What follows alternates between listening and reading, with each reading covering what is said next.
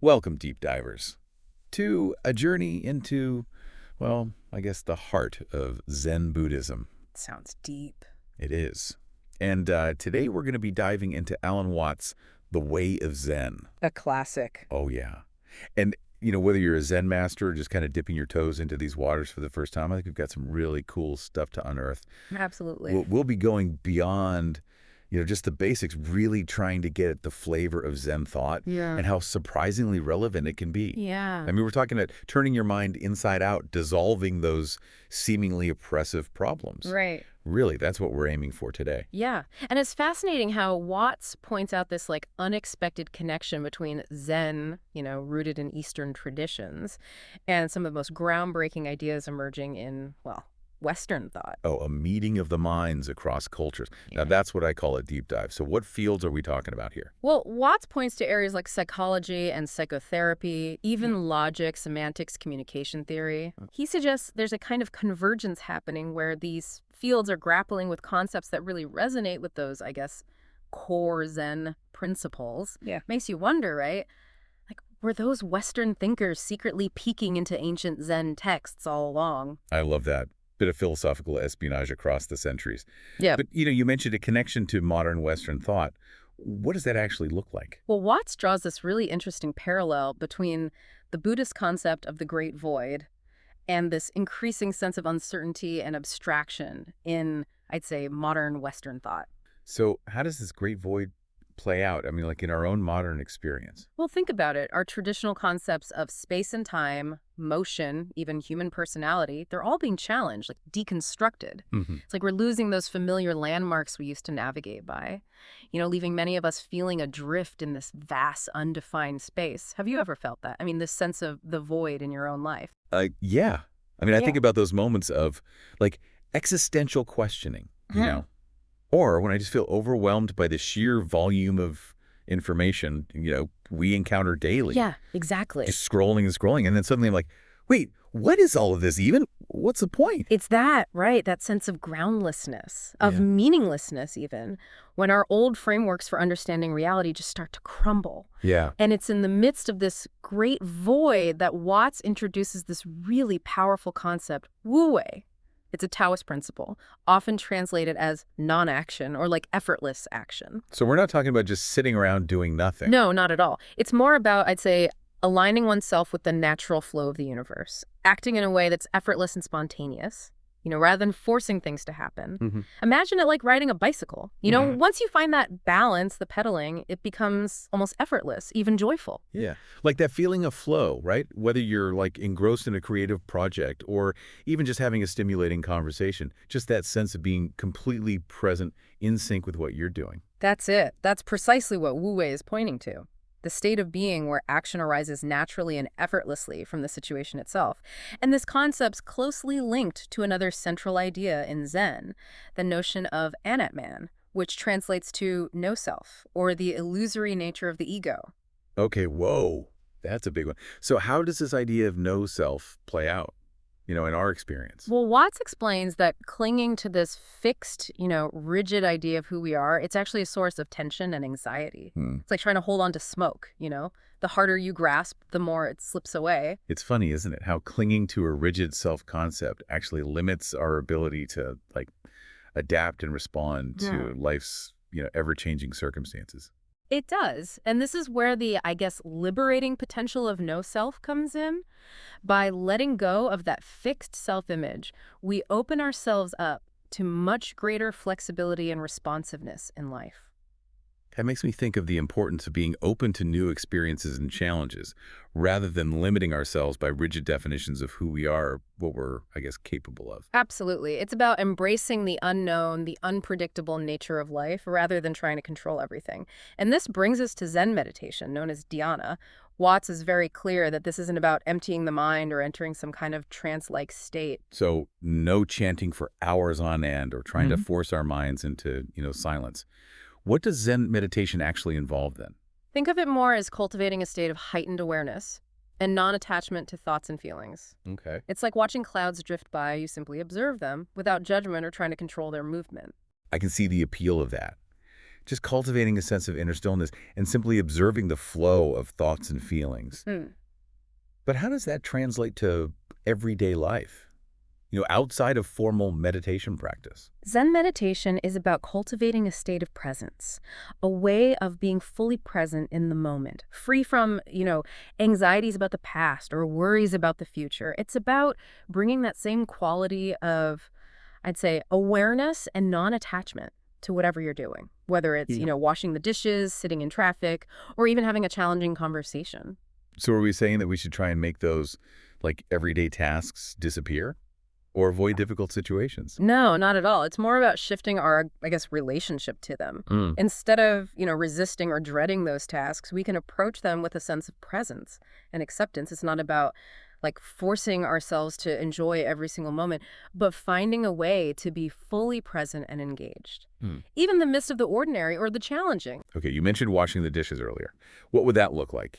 Applying Wu Wei to that like very ordinary task. Yeah, so instead of approaching it as a chore to get through, as quickly as possible, imagine focusing on the sensations of warm water on your hands. The methodical movements of scrubbing and rinsing, the satisfaction of seeing each dish become clean and sparkling. It's not about turning dishwashing into some profound spiritual experience, but rather finding a way to be, well, fully present and engaged in the simple act itself. I can see how that shift in perspective, that willingness to be present in even the most, I guess, mundane tasks could make a big difference in how we experience our daily lives. It can, and this idea of finding beauty and meaning in the ordinary is really at the heart of Zen aesthetics. Watts talks about these principles like Fury, which emphasizes refined taste and elegance, Okay. and Wabi-Sabi, which finds beauty in imperfection and impermanence.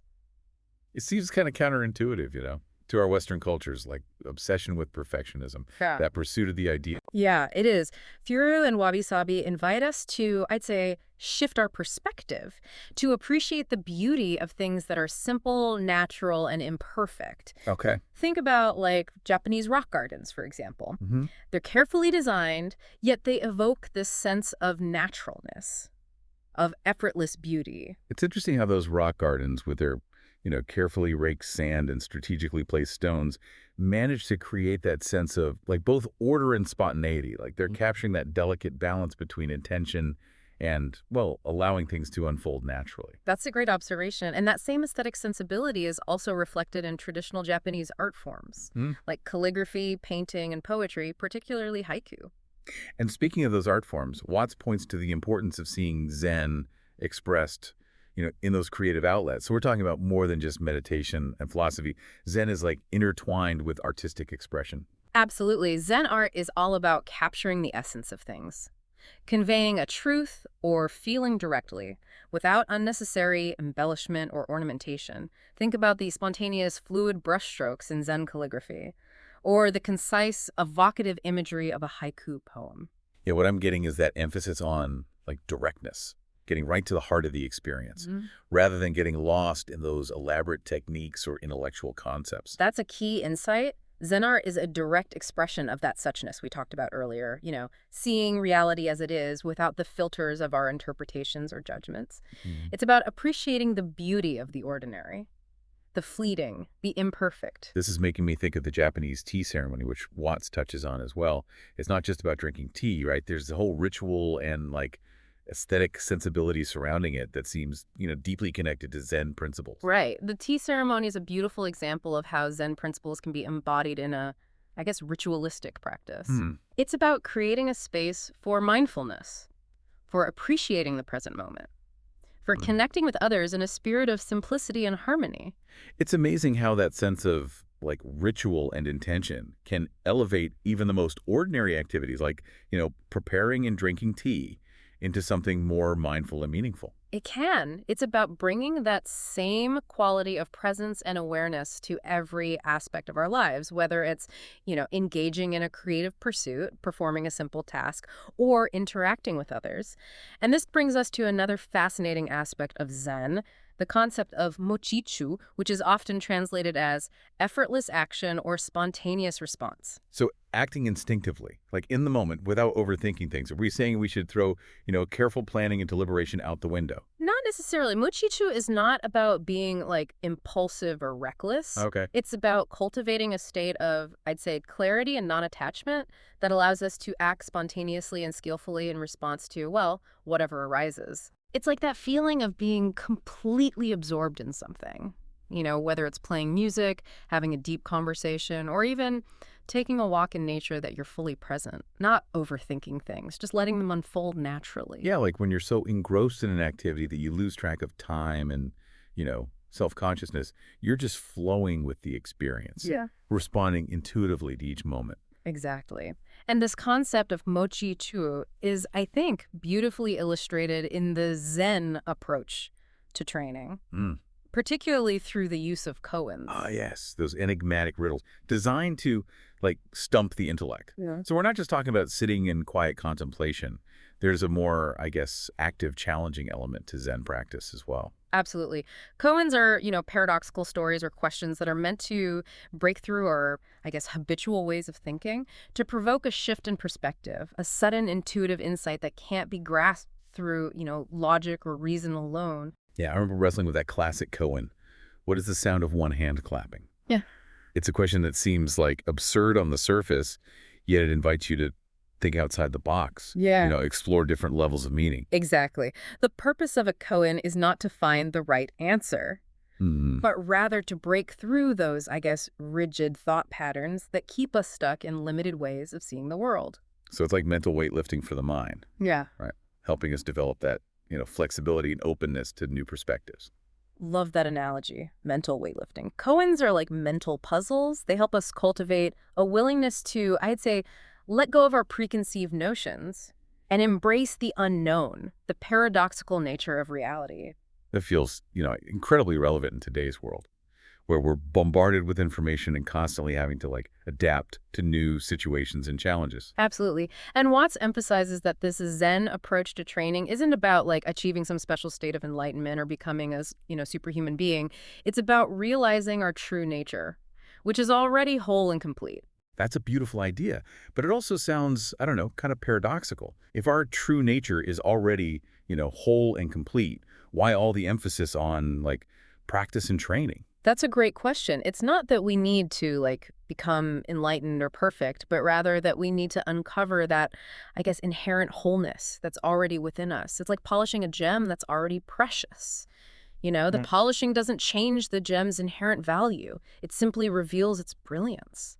So it's about removing the layers of, conditioning and false beliefs that obscure our true nature. Precisely. And this uncovering, this awakening to our true nature is often described in Zen as, realizing the interconnectedness of all things, letting go of the illusion of a separate self. It's interesting how this idea resonates with some of the most profound insights in, well, modern physics and cosmology. Okay, give me some examples. What are some of those connections that, stand out to you? Think about the concept of a unified field in physics, or the idea that everything in the universe is interconnected at a, I guess, fundamental level.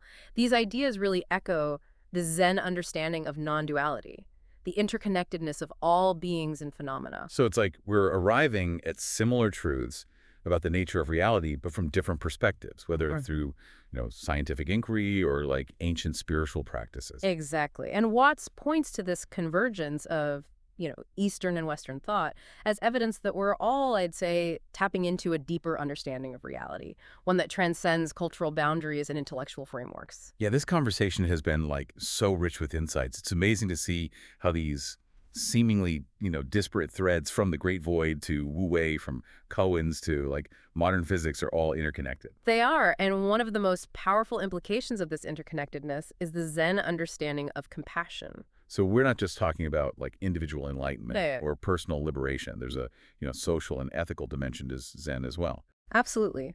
The realization of our interconnectedness naturally leads to a sense of, I guess, compassion and responsibility for the well-being of all beings. It's not about some, sentimental ideal of love and kindness, but rather a deep understanding of the suffering inherent in all existence and a willingness to act skillfully to alleviate that suffering. So it's about recognizing that our actions have consequences. Yeah. And that even small acts of kindness or understanding can have a ripple effect. They can. And Watts points out that this Zen compassion is not about being a saint or a martyr. Okay. It's about bringing that same quality of awareness and non-attachment to our interactions with others, even in, I'd say, challenging or conflict-ridden situations. That makes me think of the importance of like responding with empathy and understanding, even when faced with, difficult people or situations. It's about choosing skillful actions that create more, harmony and understanding, Right. rather than reacting out of anger or resentment. That's a great point. And Watts suggests that one of the best ways to cultivate this, I guess, Zen mind of compassion and skillful action is through that principle of Juwei we discussed earlier, effortless action. That seems, I don't know, paradoxical. How can we approach challenging situations like dealing with a, difficult coworker or navigating a stressful deadline with a sense of effortless action? Those scenarios often feel anything but effortless. Yeah, it's about shifting our perspective, remembering that we're not separate from these situations, but rather participating in the unfolding of events. It's not about trying to control everything, but rather responding skillfully with awareness and compassion to whatever arises. So it's about letting go of our, I guess, rigid ideas of how things should be and allowing ourselves to flow with the current of life, even when those currents feel turbulent. Exactly. It's about cultivating a sense of, acceptance and flexibility, recognizing that resistance often creates, well, more suffering. That image of flowing with the current is so powerful. It makes me think of the fluidity and grace we see in, those traditional Japanese art forms like calligraphy and martial arts. That's a great connection. And Watts points out that those art forms beautifully embody the, I guess, Zen principles of effortlessness and spontaneity. Speaking of martial arts, I'm curious to, explore how those practices, which often involve physical combat and competition, align with Zen's emphasis on, peace and nonviolence. It's fascinating how Zen principles can be applied to even, I guess, seemingly contradictory practices like martial arts. So it's not about, defeating an opponent or proving one's superiority. Right. What's the focus in Zen martial arts? Well, in Zen martial arts like, archery, swordsmanship, or Aikido, the emphasis is not on aggression or brute force, but on cultivating a state of no mind, a kind of effortless action that arises from a deep sense of, I'd say, presence and awareness. It's not about winning or losing, but about cultivating, inner strength, clarity, and a harmonious relationship with one's opponent. I've heard that saying, the best sword is the one that's never drawn. It seems to capture that idea of cultivating inner strength and wisdom rather than, relying on brute force or aggression. That's a beautiful way to put it. It's like how a Zen master doesn't, defeat an opponent, but rather redirects their energy, using their own force against them. Okay, that's, I don't know, kind of. So we're not just talking about physical combat here, right? Yeah. We're talking about applying that principle of redirecting energy in other areas of life. Exactly. Think about, I don't know, conflicts at work or disagreements in relationships. It's not about overpowering the other person, Right. but about finding a way to, I guess, harmonize with their energy to move with the flow of the situation rather than against it. That's a powerful concept. Harmonizing with energy instead of trying to force things our way. Okay. We're finding a way to work with the existing forces. Right. Almost like judo for life's challenges. I love that analogy. Right. Judo for life. And this brings us back to that, I guess, core Zen principle of Wu Wei, effortless action, or perhaps more accurately, action that's in alignment with the, natural flow of things. It's fascinating how Watts suggests that this principle can be applied not only to our personal lives, but also to our understanding of how Zen interacts with Western thought. Wait, really? So we're talking about Western science and philosophy, finding, I don't know, common ground with ancient Eastern wisdom. How does that work? Well, Watts points to fields like psychology, psychotherapy, even physics and cosmology. These areas are starting to explore concepts that, resonate with the Zen principles, things like the interconnectedness of all things, the illusory nature of the self, the power of the present moment. So it's we're arriving at the same destination, but from different, starting points. Yeah. We're seeing that the truth is multifaceted. It can be expressed in different ways. Absolutely. Even through, seemingly opposing lenses. And this diversity of expression, this ability to find truth in unexpected places, it's reflected in, Zen's approach to art and aesthetics. We talked earlier about those principles of furry, refined taste. Right. And wabi-sabi, finding beauty in imperfection. I'm really drawn to those concepts. They seem so relevant to our like modern world where we're constantly bombarded with images of, I don't know, perfection and unattainable ideals. It is refreshing, isn't it, to find beauty in the rough edges, Yeah. in the imperfections and the natural flow of things. It's like those Japanese rock gardens. Yeah. They're carefully designed, but they evoke this sense of naturalness, of effortless beauty. They invite us to pause, to contemplate, to appreciate the present moment. And that appreciation for the present moment, for the, I guess, simple beauty of everyday life seems to be a recurring theme in our, exploration of Zen Buddhism. It is, and this brings us back to that concept of suchness, of seeing reality just as it is without the filters of our, judgments and interpretations. Yeah. So kind of like stripping away all the, I don't know, mental baggage we carry around, all those preconceived notions and expectations that like cloud our perception. Precisely, and this suchness is often described as, empty or void, not in a nihilistic sense. Right. But because it defies our attempts to grasp it with concepts and definitions, it's about letting go of our need to, I guess, categorize and label everything, to see the world with, fresh eyes, with a sense of wonder and curiosity. So it's not about the, like, absence of things, but the absence of our, usual ways of thinking about things. You got it. And this emptiness, this void, it's actually where true freedom lies. Now, that's a deep thought, the freedom of emptiness. It's like creating space for something new to emerge, for a new way of seeing and being in the world. Exactly. And this emptiness is also seen as, I guess, dynamic, creative. It's the source from which all things arise. It's like the blank canvas upon which the artist creates, Right. the fertile ground from which new life springs forth. Right. This is making me rethink my whole approach to life. It's like we've been given a new set of lenses through which to view the world. It is. One that emphasizes like presence, acceptance, and the interconnectedness of all things. That's the power of Zen, isn't it? It challenges our assumptions, disrupts our habitual patterns of thought, and opens up new ways of experiencing the world. And it reminds us that this new way of experiencing the world is not something we, achieve once and for all. It's a continual process of awakening and discovery. So it's not about like reaching some final destination or becoming some enlightened being, but rather about embracing the journey with all its, I guess, twists and turns, its moments of insight and confusion. Exactly. It's about cultivating that beginner's mind, that sense of curiosity and openness to whatever arises, even in the most, familiar situations. Yeah. It's about finding the extraordinary in the ordinary, the sacred in the mundane. This deep dive has been, a truly transformative experience. We've explored some, I don't know, profound and challenging concepts.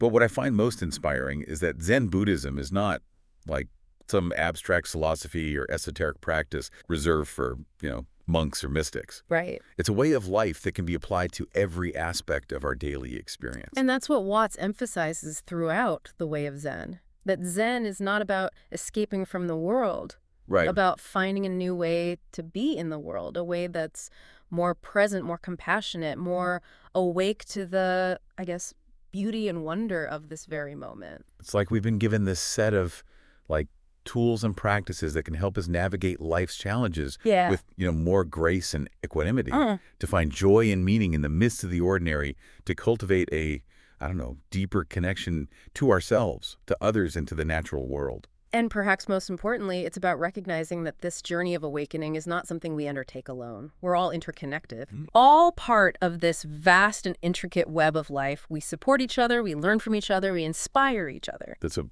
beautiful reminder that we're all in this together on this journey of awakening to our true nature. We are. To the beauty and wonder of this, like, precious human life. And as we continue on this journey, let's remember those key Zen principles we've, explored today. Yeah. Presence, acceptance, non-attachment, compassion, Right. and the power of the present moment. I love it.